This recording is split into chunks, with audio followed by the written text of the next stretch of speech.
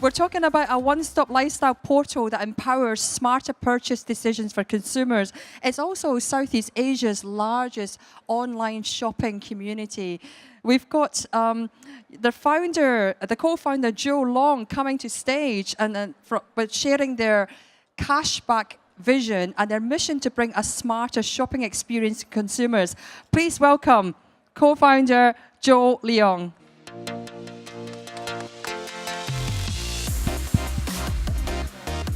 Hi guys, so we're from Shopback, and essentially we are the one-stop shopping portal that what we want is people come to us before they shop online. So I think more and more people are shopping online, but then I think there are a lot of deals and offers that they miss out when they want to make a purchase, right? So it could be price, it could be a discount, or it could be a special offer or a new deal that's only available online.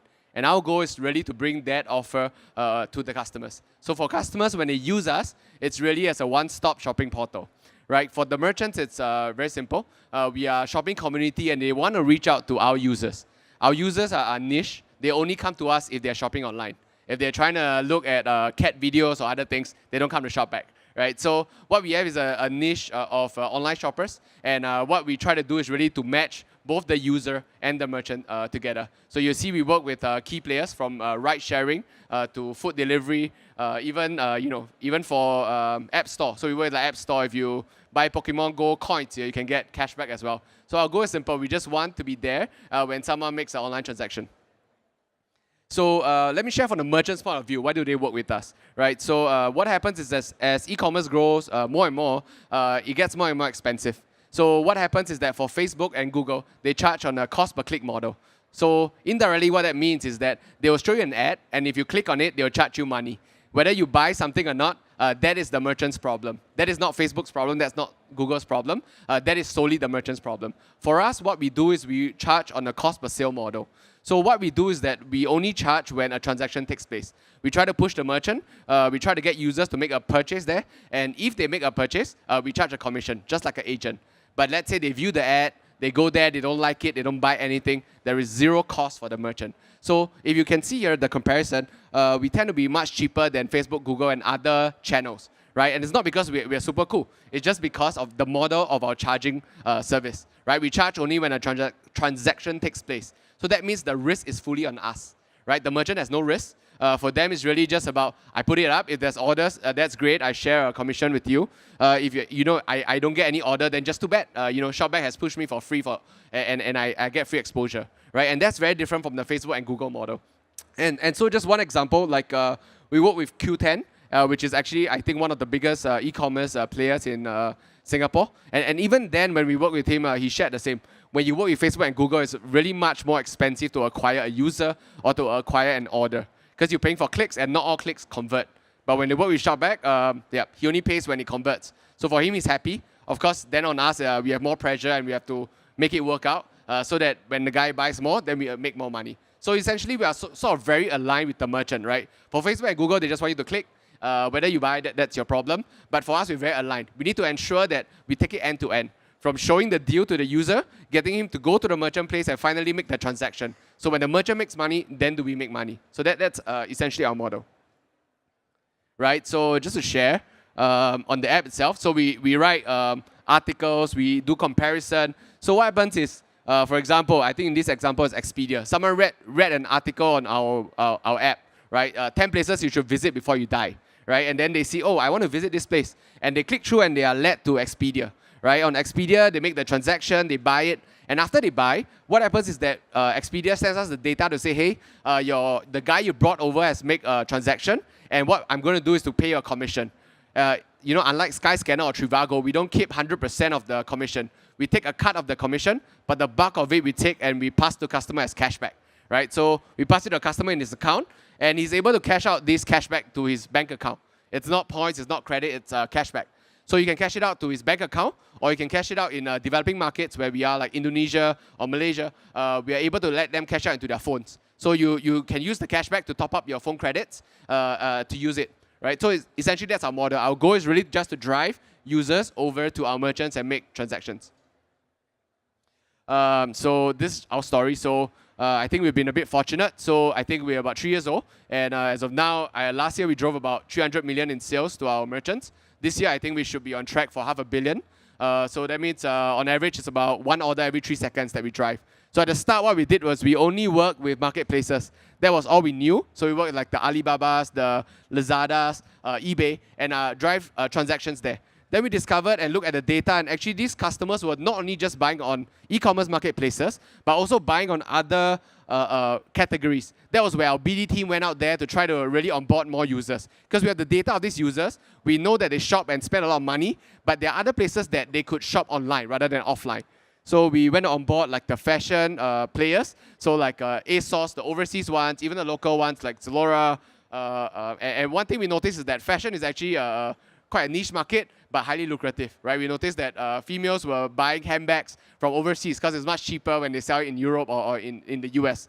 Then also we onboarded the guys from travel, and travel is a whole wide vertical, right? So what we did is we first onboarded the OTAs, and so these people book hotels. But then we discovered, oh, these guys need airlines as well. So then we onboarded the airlines, Singapore Airlines, Emirates as well. And based on that data, we discovered that after these guys book airlines and hotels, they still have other needs, right? They need to book activities, they need to buy travel insurance. So then we partner with these players so once they make a transaction there, we do a push notification to tell them, hey, you're going to go on this date to say France, right? Do you want to buy travel insurance from, say, AXA?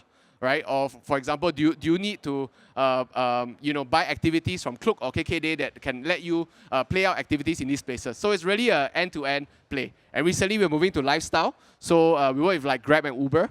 Uber is no longer in Southeast Asia, but for Grab, we let people compare the prices between them and the taxi companies. So you can make a decision whether you want to use Grab or take a taxi, right? And we also work with food delivery companies. So food delivery companies will be ones whereby if you want to get food, you can just use us and book. So the interesting part is really the upselling, right? Users use us or Grab and Uber or food delivery every day. But when they want to buy something online or when they want to travel, which is like once a quarter, then we can upsell them the different products and make money for our merchants.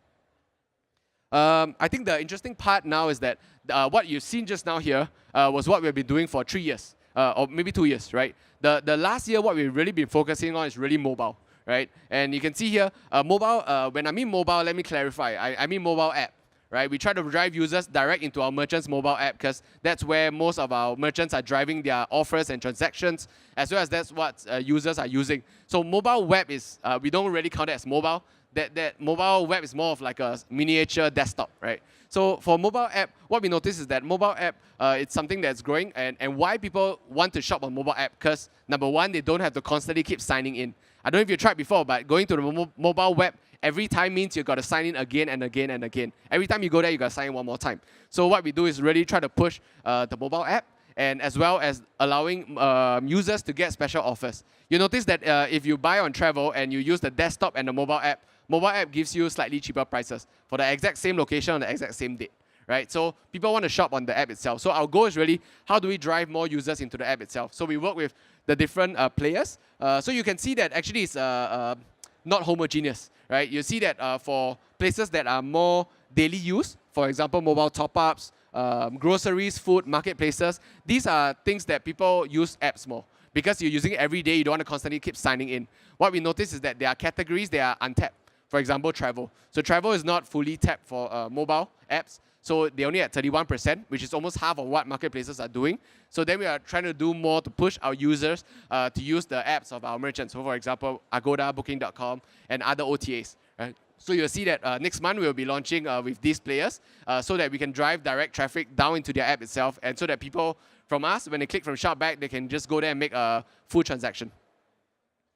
Lastly, I think the other part we want to move towards is really on mobile-only features.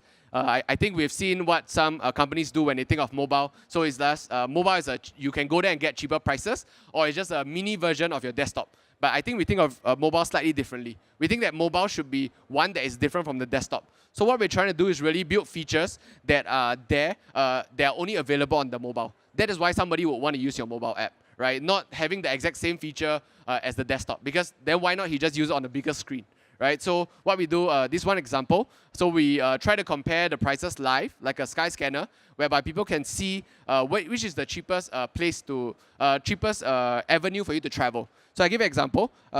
Beach Road is where our client's office is, and I was traveling to the airport. So I just type in the 2 locations. Live, they will show you what are the prices. So on Uber, it's $37. On Grab, it's $41. So if you use that, you should use Uber, right? But then, more interestingly, we look at taxis. So the old traditional taxi is actually $20. So you notice that actually, from same point to same point A to same point B, what happens is that using the taxi saves you almost $20. So just by doing simple comparison, helps user get better places. Then we're also moving this to other verticals, like movies. But movies is quite interesting. Movies, people don't really care about the price difference because most movie tickets are about the same price. So what we compare for movie are actually the timings. So what people want to know is, near me, for this particular show, let's say I want to watch Ant-Man, what are the movie timings and where can I get the movie timings? So then it's about ensuring that users get innovative mobile features so that people use the app. So I think that's where we are pushing towards. And you'll see that desktop is not a key focus for us, but really pushing all efforts to ensure that we drive traffic and usage to our mobile site. Yep. With that, thanks for listening. And yep. So we are funded by Singtel, Shopback, and Credit Saison. So yeah, if any of the investors are interested, I think we are looking for around this year as well. Okay. Thank you. Joe Leong, thank you. Joe Leong, Shopback.